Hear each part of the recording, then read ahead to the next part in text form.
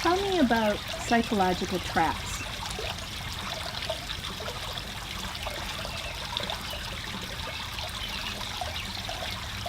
We have a lot of drama in life. And all the drama is created by humans. Animals don't create drama. They just do what's necessary for what they need to do. But humans create drama around everything and anything. So today is Mother's Day. Happy Mother's Day. Thank you. So there can be a lot of drama around Mother's Day, right? For all kinds of reasons. Because it is one of those days where, you're supposed to get together with your mother. For good or bad, right? That's the day you're supposed to spend time with your mother. And then we can create all kinds of scenarios around that.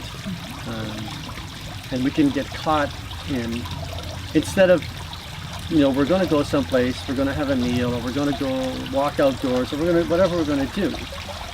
We can create all kinds of dramas around that about what it's going to be like, what's going to be said, how am I supposed to feel, how are they going to feel, should I say this, should I say that? And that's all psychological stuff that we're making up in our minds. Anything that we make up this drama about, because we do it with every single thing. It could be a cup of tea, right? The drama could be, it's too hot, it's too cold, there's not enough sugar, I shouldn't have sugar. So we're making up all this stuff about it, and it becomes a drama.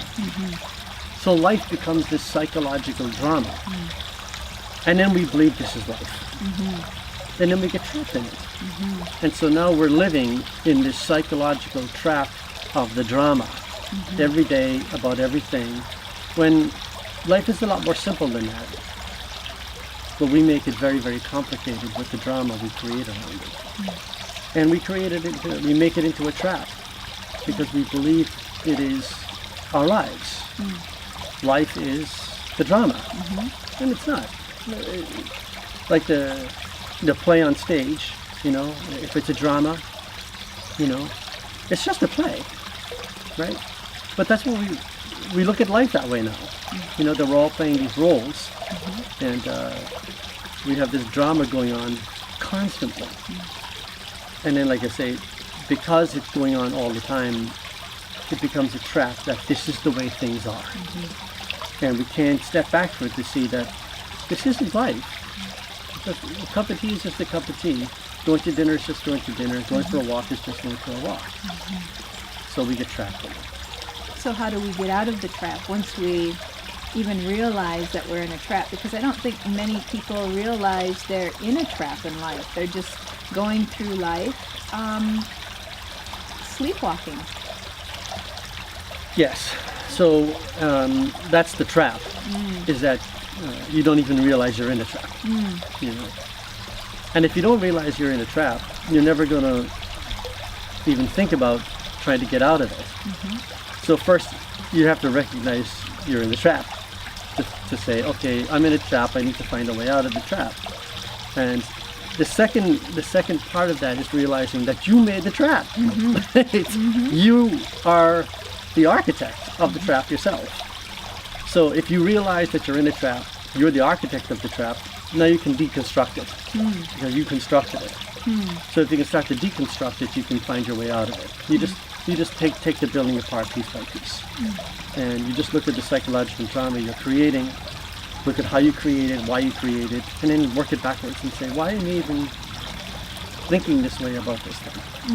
And so you can work your way out of it. Would you say there's a particular technique that you might be able to use to be able to begin to see how the mind works? Meditation. If you're going to be in the mind all the time, you're going to get stuck in the trap of the mind all the time. So you need to step back from the mind for a while to be able to see that my mind and me are different. And so in meditation you can do that. You can step back from it and say, oh, there's me, there's my mind, and there's all the stuff going on in my mind. So without meditation, you can't see that there's a separation between you and the mind. So meditation will do that. And then the practice of mindfulness is when you're in your mind being aware of those things. That's the mindfulness practice. Is then on a daily basis reminding yourself, I have to take notice of what I'm saying, what I'm thinking, what I'm doing. And that practice leads to, deconstructing the psychological drama. So meditation it's one of the most important things that any human being can do, but we don't have the time apparently. Evidently. For the most important part of our lives, we don't have time for it. Right. Well, in my experience, it's often when I start to notice the thoughts, I don't like what I'm thinking, or it becomes uncomfortable. So what do you do then when you start to be aware of what's happening in the mind and it doesn't feel good? Then you have to realize when you're not feeling good about the thoughts you're having, you say, oh, this can't be good for me if I'm thinking this way, so maybe I shouldn't think this way anymore.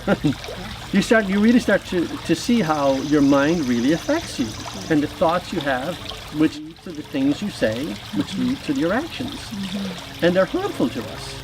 So understanding them first as, my thoughts, this doesn't make me feel good, is then recognizing that I can actually have different thoughts. And understanding that the thought isn't me. The thought is never me. It's just a thought. It's just a thought. You can't say the thought and me are the same. They're not. You're just having it. So if you're the one having it, you can have whatever thought you want. So meditation isn't about getting rid of the thoughts. It's about being aware of the thoughts and perhaps making a better choice about your thoughts. So in meditation, like I say, you separate your mind from you and your body from you. So you see they're not you. And then if you can see they're not you, now you can look at it from a distance, and you then become aware of the thoughts you're having, why you're having them, how they affect you. And now you can begin to create a new way of thinking, a new way of acting, a new way of being. And for me, I know that anyone who has meditated long enough, they choose joyfulness and joyful thoughts over depressive thoughts and negative thoughts, because they see how it affects them and how it affects their lives, and how that action in their lives also affects everything around them. But the thoughts, from what I understand, the thoughts that come and the thoughts that go are often based in our belief systems. So how can we start to become more aware of not only our minds, but our belief systems that cause some of those thoughts? Everybody has their own philosophy about life, right? We choose which belief we want to be involved in, as long as it suits our needs. And usually it's what we're raised with. We just take it on. Understanding why you're thinking the way you're thinking opens up the door to asking, why do I have a belief anyway? It's very difficult for people to let go of beliefs because, like I said before, they tie it to identity. And they don't understand that you're not your identity, you're not your belief, it's just something in your mind. Because if tomorrow, you're in a coma and you wake up and you don't remember who you were, you don't know, you remember your identity, what belief do you have then? You're still alive, you're still there, you're still present, but no belief that you can remember. So it's just something you remember and you decide upon.